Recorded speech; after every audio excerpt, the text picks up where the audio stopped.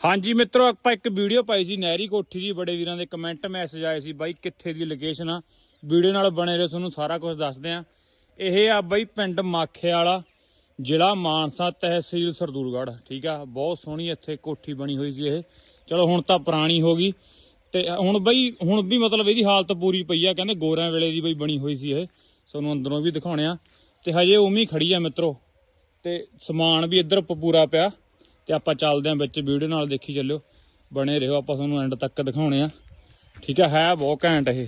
ਠੀਕ ਆ, ਇੱਧਰ ਬਾਈ ਉਵੇਂ ਪੱਕਾ ਮਤਲਬ ਕਿ ਐ ਵਿਹੜਾ, ਪਹਿਲਾਂ ਵਿਹੜਾ ਹੁੰਦਾ ਸੀਗਾ। ਠੀਕ ਆ, ਕਹਿਣ ਦਾ ਭਾਵ ਵੀ ਇੱਥੇ ਬਾਗਲ ਮਾਰਿਆ ਹੁੰਦਾ ਸੀ। ਤੇ ਇਹ ਰਹੀ ਮਿੱਤਰੋ ਕੋਠੀ। ਠੀਕ ਆ, ਆਜੋ ਤੁਹਾਨੂੰ ਕਿਹੜਾ ਉੱਪਰੋਂ ਦਿਖਾਉਣੇ ਆ। ਵਿੱਚੋਂ ਤਾਂ ਤੁਸੀਂ ਪਹਿਲਾਂ ਵਾਲੀ ਵੀਡੀਓ 'ਚ ਦੇਖੀ ਆ, ਤੁਹਾਨੂੰ ਉੱਪਰੋਂ ਦਿਖਾਉਣੇ ਆ। ਤੇ ਆਹ ਪੌੜੀਆਂ ਇੱਥੇ ਮਾਹਾ ਬਈ ਪਿੱਲਰ ਜੇ ਕੱਢਿਓ, ਕਿੰਨੇ ਘੈਂਟ ਲੱਗਦੇ ਆਹ ਪੌੜੀਆਂ ਨੇ। ਠੀਕ ਆ, ਆਜੋ ਆਪਾਂ ਇਹਦੇ ਉੱਪਰ ਚੱਲਦੇ ਆਂ। ਠੀਕ ਹੈ, ਆਹ ਪੌੜੀਆਂ ਦੇਖੋ। ਹੁਣ ਸਫਾਈ ਘੱਟ ਆ ਬਹੁਤ ਇੱਥੇ। ਤੇ ਇੱਥੇ ਬਈ ਮੂਸੇਵਾਲ ਨੇ ਵੀ ਸ਼ੂਟਿੰਗ ਕਰੀ ਹੋਈ ਆ ਤੇ ਇੱਥੇ ਸ਼ੂਟਿੰਗ ਕਰਕੇ ਲਿਆ ਸੀ, ਜਿਹੜੀ ਮੂਸਾ ਜੱਟ ਫਿਲਮ ਬਣੀ ਸੀ। ਤੇ ਕੁਦਰਤ ਬਹੁਤ ਸੋਹਣੀ ਆ ਇੱਥੇ, ਬੋਲਦੀ ਆ ਜਦੋਂ। ਤੇ ਆਹ ਚਿਮਣੀਆਂ ਲੱਗੀਆਂ ਹੋਈਆਂ ਬਈ, ਦੇਖੀ ਚੱਲਿਓ। ਉੱਪਰੋਂ ਦਿਖਾਉਣੇ ਤੁਹਾਨੂੰ ਸਾਰੀ। ਤੇ ਉਵੇਂ ਬਈ ਇਹ ਮਤਲਬ ਕਿ ਵਿਹੜੇ ਬੂੜੇ ਹਨਾ ਉਵੇਂ ਰੱਖੇ ਹੋਏ ਨੇ। ਤੇ ਹੁਣ ਆਪਾਂ ਚੱਲਦੇ ਆਂ ਉੱਪਰ। ਠੀਕ ਆ, ਉੱਪਰ ਸਫਾਈ ਬਹੁਤ ਘੱਟ ਆ ਪਰ ਹੈ ਬਹੁਤ ਘੈਂਟ ਉੱਤੋਂ ਇਹ। ਠੀਕ ਆ, ਐਵੇਂ ਪੌੜੀਆਂ ਚੜ੍ਹ ਪਹਿਲਾਂ ਆਹ ਖੋਜ ਸੀ ਬਈ ਪੌੜੀਆਂ ਦੀ ਹਨਾ, ਅਸੀਂ ਹੁਣ ਇਹ ਤੇ ਚੜ੍ਹੇ ਆ। ਤੇ ਕੁਦਰਤ ਬਹੁਤ ਬੋਲਦੀ ਆ ਇੱਥੇ।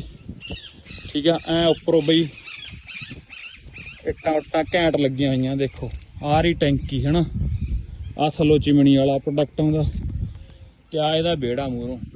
ਠੀਕ ਆ, ਦੱਸਿਓ ਬਈ ਕਮੈਂਟ ਕਰਕੇ ਹਨਾ ਕਿਵੇਂ ਲੱਗੀ। ਪਰ ਛੱਤਾਂ ਹਜੇ ਦੀਆਂ ਮਤਲਬ ਕਿ ਡਿੱਗਣ ਵਾਲੀ ਆ ਇਹ। ਰਿਸਕ ਲੈ ਕੇ ਵੀਡੀਓ ਬਣਾਉਣੇ ਹੁੰਦੇ ਆਪਾਂ। ਹੁਣ ਆਪਾਂ ਚੱਲਦੇ ਹਾਂ ਥੱਲੇ। ਠੀਕ ਆ, ਹਾਂ ਦੇਖੋ ਮਿੱਤਰੋ, ਇੱਧਰ ਰਸੋਈ ਸੀਗੀ, ਮਤਲਬ ਇੱਥੇ ਅੱਗ ਉੱਗ ਬਲਦੀ ਆ ਥੱਲੇ। ਠੀਕ ਆ, ਐਵੇਂ ਬਾਈ ਕੋਠੀ ਬਣਾਈ ਹੋਈ ਆ। ਹੁਣ ਆਪਾਂ ਚੱਲਦੇ ਹਾਂ, ਤੁਹਾਨੂੰ ਵਿੱਚੋਂ ਦਿਖਾਉਣੇ ਆ।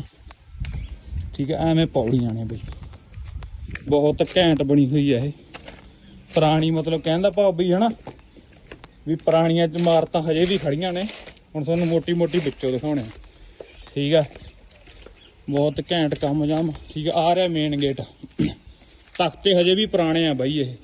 ਠੀਕ ਆ, ਹਜੇ ਤੱਕ ਲੱਕੜ ਸਖਤ ਪਈ ਆ ਐਵੇਂ ਬਾਈ ਵਿੱਚੋਂ ਆ। ਠੀਕ ਆ, ਚਿਮਣੀਆਂ ਚੁਮਣੀਆਂ ਉਵੇਂ ਪਈਆਂ ਨੇ। ਠੀਕ ਆ, ਰਹਿੰਦੇ ਇੱਥੇ ਕਬੂਤਰ ਨੇ। ਆਹ ਬੈਠਾ ਦੇਖ। ਠੀਕ ਆ, ਆਹ ਚਿਮਣੀ ਆ ਤੇ ਆਹ ਗੇਟ ਹਜੇ ਵੀ ਉਵੇਂ ਪਏ ਆ ਬਾਈ।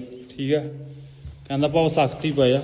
ਠੀਕ ਆ, ਪੂਰੀ ਘੈਂਟ ਪਈ ਆ। ਇੱਧਰੋਂ ਹਜੇ ਡਿੱਗਣ ਵਾਲੀ ਹੋ ਰਹੀ ਆ ਇਹ।